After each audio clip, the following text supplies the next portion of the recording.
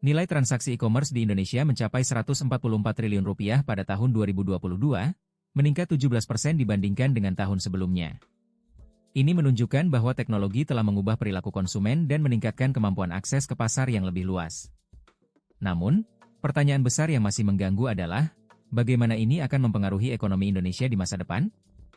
Dengan perkembangan teknologi, industri manufaktur, pertanian, dan jasa mulai berubah.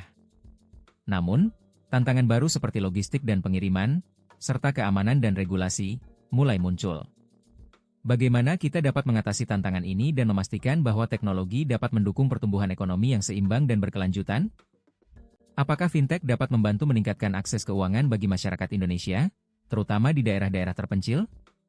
Bagaimana kita dapat memastikan keamanan dan regulasi fintech, sehingga masyarakat dapat menggunakan teknologi ini dengan percaya diri?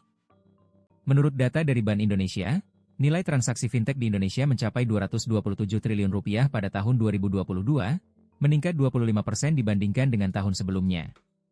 Ini menunjukkan bahwa masyarakat Indonesia semakin menggunakan teknologi untuk melakukan transaksi keuangan.